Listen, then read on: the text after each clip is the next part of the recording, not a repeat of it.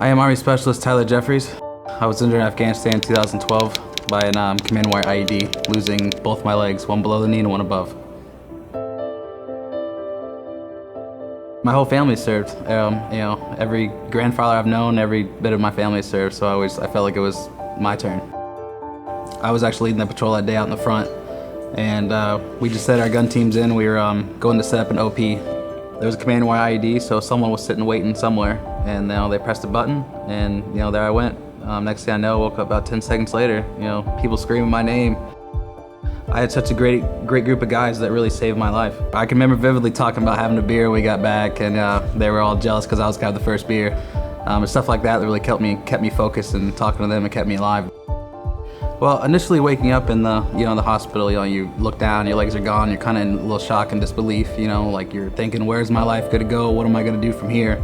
You just almost mentally give up in a way at first because you don't want to do anything else. You don't want to go on. And I can remember going down to the PT area at Walter Reed, and for the very first time. And at that point I was feeling really sorry for myself, didn't want to do anything. But then I walk in there, or I roll in there in my wheelchair actually. And I see these quadruple amputees, triple amputees, walking, doing push-ups, like working out, So I mean, at that moment right there, just something clicked in me, and I was just like, who am I to feel sorry for myself? So that's when I really decided, like, hey, you need to get the ball on the road and stop feeling sorry for yourself and think towards the future. Tyler's very, very genuine, and he's got a heart of gold. He's very giving, very trustworthy. His daughter is beautiful and simply amazing, and she just reminds me so much of him. I love my daughter. She just turned 5 in September. I just got custody of her actually, so I just look forward to every second I get to spend with her. And I just look forward to starting a family. I'm getting married here in next April to the love of my life. Ever since the first day I met her, she didn't look at me for what I didn't have, and she just looked at me for what I had on the inside.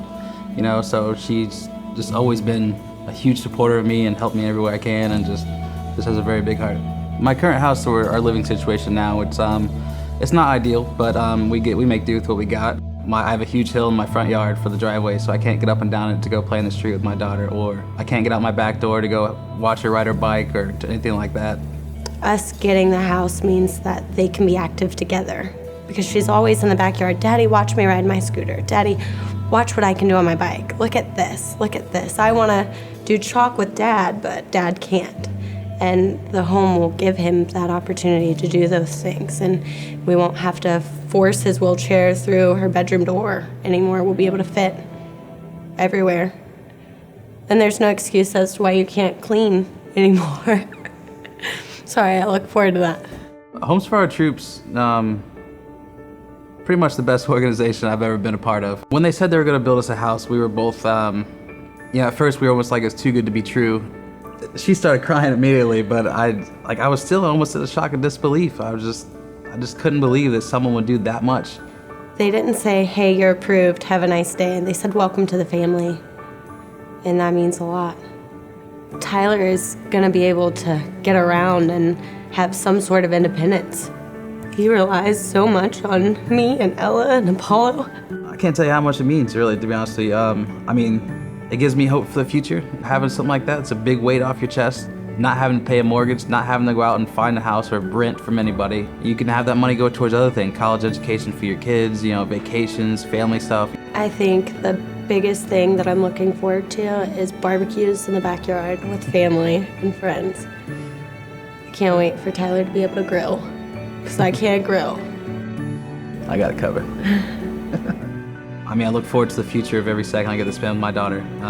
She's, the greatest. She's got a habit of telling him that I'm the queen and I'm the boss. But if she falls and scrapes her hand or bumps her head, she's just like, oh my goodness, I need my dad. That's her guy.